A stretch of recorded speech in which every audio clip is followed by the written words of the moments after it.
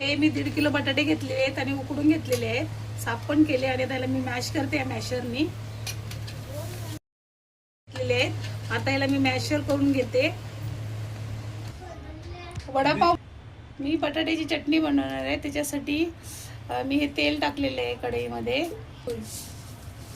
गरम झालं मी राई टाकते, तळलेली आहे. हे कढीपत्ता टाकते, हिरवी मिरची बारीक केलेली आहे.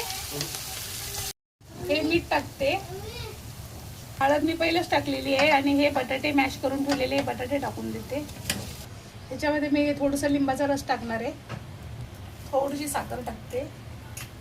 आता याला मस्तपैकी मिक्स करून घ्यायचं खूप व्यवस्थित.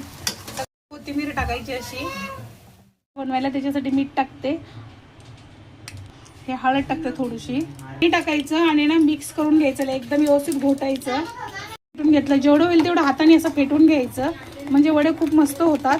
आणि ह्याच्यामध्ये ना थोडंसं असं गरम तेल टाकायचं. सोड्याचा वगैरे काही वापर केलेला नाही, एक तेल टाकते गरम करून. हे असं बटाट्याचा गोळा केलेला आहे, असं बेसनमध्ये टाकायचा, त्याला असं खालीवरी करायचं आणि याला असं हळूच उचलायचं, म्हणजे वडा बरोबर होतो. गरम तेलामध्ये द्यायचं टाकून, उलटी पलटी करायचं, म्हणजे वडा मस्त भाजला जातो, तळल्या पण जातो छानपैकी. हे असे वडे माझे वडापाव बनवून झालेले आहेत. असे तुम्ही पण बनवा आणि अशी चटणी पण बनवून बघा. ही चटणीची रेसिपी मी दाखवलेली आहे, माझ्या चॅनलला जाऊन बघू शकता.